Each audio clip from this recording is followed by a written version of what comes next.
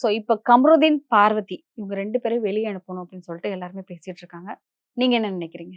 எனக்கு தெரிஞ்சு அவங்களோட அந்த காதல் லீலைகள் இருக்கு இல்லையா? அவர் போய் கன்வின்ஸ் பண்ணதும், இவங்க கன்வின்ஸ் ஆயிட்டாங்க. அந்த 6 ஹவர்ஸ், 4 ஹவர்ஸ் கன்வின்ஸ் பண்ணதும். பட் அது டெலிகாஸ்டட்ல நம்மளுக்கு ஃபுல்லாவே வந்து வரல. லைவ்லயும் வரல, எபிசோட்லயும் அவ்வளவா வரல.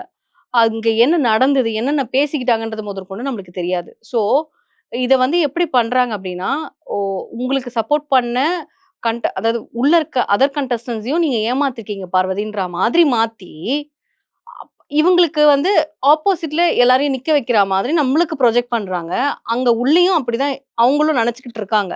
ஸோ எனக்கு என்னன்னா, இந்த டிக்கெட் டு ஃபினாலேய தாண்டி, இந்த ஒரு விஷயத்த வந்து பார்வதிய இப்படி காமிச்சு, அ இந்த இந்த வீக்கெண்ட் இப்படிதான் அப்படிங்கிற மாரி வெளியில அனுப்பணும்ன்றதுக்காகவே, சில விஷயங்கள் உள்ள நடக்குதோ அப்படிங்கிற மாரி எனக்கு தோணுது. ஏன்னா, ஆக அனுப்பிச்சுருவாங்களா வெளிய? எனக்கு தெரிஞ்சு அனுப்புறதுக்கு 99% வாய்ப்பு இருக்குன்ற மாரி தான் எனக்கு சரி தோணுது. பார்வதி போயிட்டா அங்க யார் விளையாடுவா? கேம் இல்ல. நெக்ஸ்ட் வீக் ஒன்லி செலிப்ரேஷன் தான். அதனால. கேம் இந்த வாரத்தோட ஓ! முடிஞ்சிருச்சு. அதனால. நெக்ஸ்ட் வீக் வந்து கண்டஸ்டன்ட்ஸ்லாம் உள்ள வருவாங்க. செலிப்ரேட் பண்ணுவாங்க, போவாங்க. பட் பார்வதி விஷயத்த எடுத்துக்கும்போது, அவங்களுக்கு ரெட் கார்ட் குடுப்பாங்களா? வெளியில அனுப்புவாங்களான்னு கேட்டீங்கன்னா, அது எனக்கு ரொம்ப டவுட்டா இருக்கு. ஆனா கம்ருதீனுக்கு 100% நடக்கும். ரெட் கார்ட் குடுப்பாங்க. நடக்கும். ரெட் கார்ட் குடுக்குறாங்களோ இல்ல வெளில அனுப்பிச்சுருவாங்க.